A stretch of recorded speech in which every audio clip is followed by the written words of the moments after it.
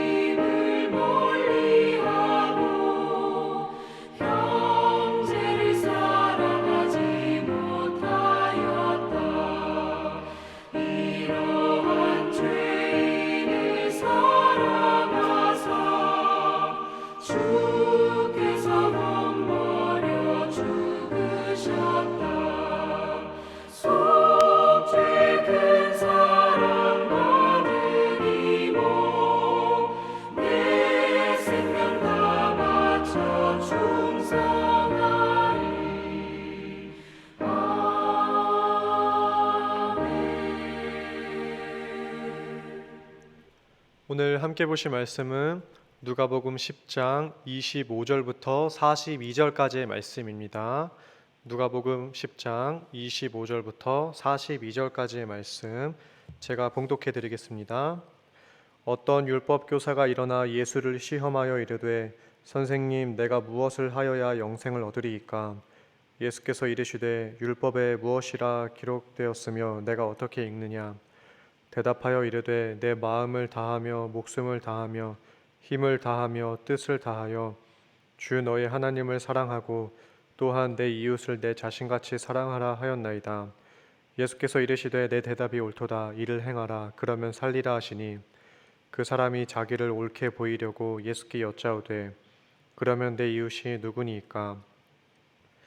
예수께서 대답하여 이르시되 어떤 사람이 예루살렘에서 여리고로 내려가다가 강도를 만나매 강도들이 그 옷을 벗기고 때려 거의 죽은 것을 버리고 갔더라. 마침 한 제사장이 그 길로 내려가다가 그를 보고 피하여 지나가고 또 이와 같이 한 레위인도 그곳에 이르러 그를 보고 피하여 지나가되 어떤 사마리아 사람은 여행하는 중 거기 이르러 그를 보고 불쌍히 여겨 가까이 가서 기름과 포도주를 그 상처에 붓고 싸매고 자기 짐승에 태워 주막으로 데리고 가서 돌보아 주니라. 그 이튿날 그가 주막 주인에게 데나리온 둘을 내어주며 이르되 이 사람을 돌보아 주라. 비용이 더 들면 내가 돌아올 때에 갚으리라 하였으니 내 생각에는 이 세 사람 중에 누가 강도 만난 자의 이웃이 되겠느냐. 이르되 자비를 베푼 자니이다. 예수께서 이르시되 가서 너도 이와 같이 하라 하시니라. 그들이 길 갈 때에 예수께서 한 마을에 들어가심에 마르다라 이름하는 한 여자가 자기 집으로 영접하더라. 그에게 마리아라 하는 동생이 있어 주의 발치에 앉아 그의 말씀을 듣더니 마르다는 준비하는 일이 많아 마음이 분주한지라.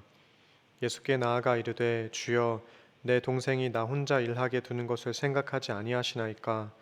그를 명하사 나를 도와주라 하소서.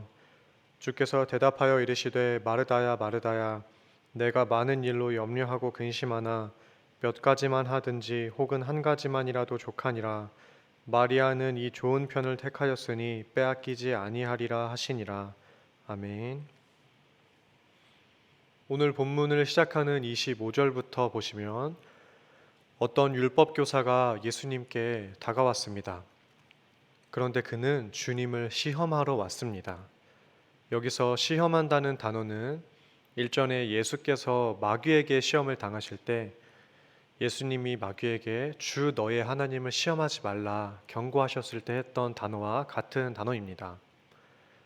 그러니까 지금 율법 교사는 영생의 길을 진정으로 알고 싶어서라기보다는 예수님께 도전하는 시험을 해왔던 것입니다. 율법을 가르치는 교사로서 예수님을 단순히 떠보려는 것도 아니었고 토론을 나누고 싶었던 것도 아니었고 시험을 하려는 불순한 의도였기 때문에 예수님도 그 질문에 답을 하지 않으십니다. 오히려 26절에서 율법에 무엇이라 기록되었고 그것을 어떻게 생각하는지 되물어 보십니다. 율법사는 하나님을 사랑하고 이웃을 내 자신같이 사랑하라는 율법의 정신을 정확하게 대답했습니다. 이런 대답에 예수님은 너의 대답이 옳다. 그러면 행하라. 그러면 살리라. 라고 말씀하십니다. 이런 대답은 율법을 행해야 구원을 받는다는 행위로 받는 구원을 말하는 것이 아닙니다. 지금 주님의 대답은 레위기 18장 5절의 내용을 인용한 말씀인데요. 레위기에서 이 말은 하나님의 약속의 계명을 준수해야 약속의 땅에 들어가 복된 인생을 살 수 있다는 것을 의미했습니다. 이런 답을 들은 율법교사는 이번에는 자신이 옳게 보이고자 예수님께 내 이웃이 누구입니까? 또 물어봅니다. 하나님을 사랑하고 자신같이 사랑해야 할 이웃이 누구인지를 물어보고 있는 것입니다. 그에 대한 주님의 답이 바로 우리가 알고 있는 선한 사마리아인의 비유입니다. 30절부터 예수님은 이 비유의 내용을 가르쳐 주십니다. 어떤 사람이 예루살렘에서 여리고로 내려가는 중에 강도를 만나게 되었습니다.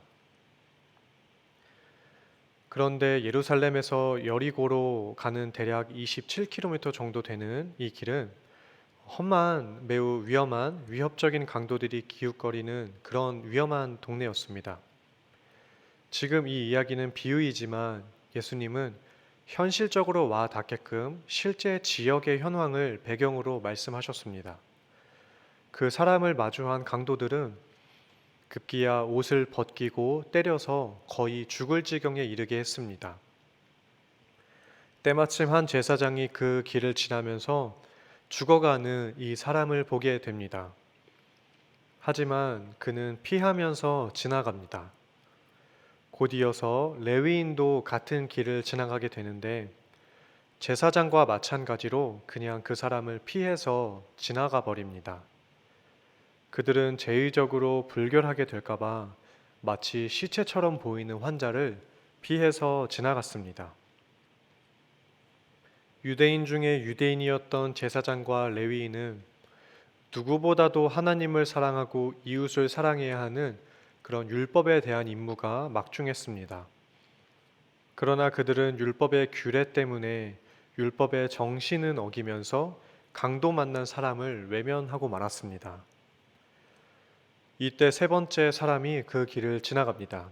그 사람은 사마리아 사람이었습니다. 그는 이전 사람들과는 다르게 강도 만난 사람을 보고 불쌍하게 여깁니다. 그 당시 사마리아 사람들은 유대인들에게 멸시받는 존재였습니다. 그들에 대한 편견은 다윗 왕조가 남쪽과 북쪽으로 갈라지면서 시작되는데요. 결정적으로는 주전 722년에 북이스라엘이 아수르에 의해 멸망하게 될 때 그때부터였습니다.